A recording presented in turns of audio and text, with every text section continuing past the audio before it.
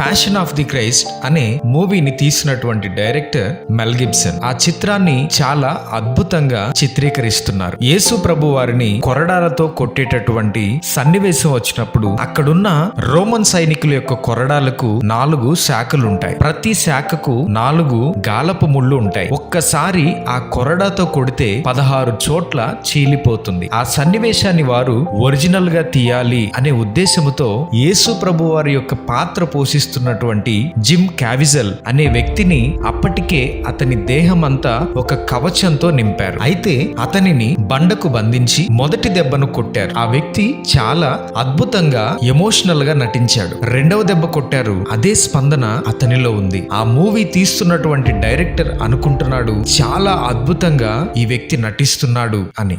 ఆ కొరడాతో 3వ దెబ్బ కొట్టేసరికి జిమ్ క్యావిజల్ అనే వ్యక్తి గట్టిగా అరుస్తాడు. ఎందుకనంటే అతని శరీరంపై అమర్చినటువంటి ఆర్టిఫిషియల్ స్కిన్ దాటి ఆ కొరడాకు ఉన్నటువంటి ముళ్ళు అతని శరీరాన్ని గుచ్చి చీల్చివేసింది. ఆ వ్యక్తి తట్టుకోలేకపోయాడు. రక్తము దారలుగా కారిపోతుంది. వెంటనే హాస్పిటల్ కి ఆ వ్యక్తిని తీసుకుని వెళ్లారు. ఆ ఒక్క కొరడా దెబ్బకు ఆ వ్యక్తికి 16 కుట్లు వేశారు. అప్పుడు జిమ్ క్యావిజల్ అడుగుతాడు, మెల్ గిబ్సన్, యేసు ప్రభు వారిని నిజంగా ఎంత భయంకరంగా కొట్టారా? ఒక్క దెబ్బ నేను తట్టుకోలేకపోయాను. 16 కుట్లు పడ్డాయి. యేసు ప్రభు వారిని ఇంత భయంకరంగా హింసించారా అని అడుగుతాడు. అప్పుడు మెల్ గిబ్సన్ చెప్తాడు, మనము తీస్తున్నటువంటి ఈ చిత్రంలో యేసుక్రీస్తు ప్రభు యొక్క వేదనను, ఆయన పొందిన శ్రమలను 40% మాత్రమే చూపిస్తున్నాం. ఆయన పొందినటువంటి వేదన చాలా గొప్పది. దానిని భరించటం ఎవరితరం కాదు అని కొన్ని విషయాలు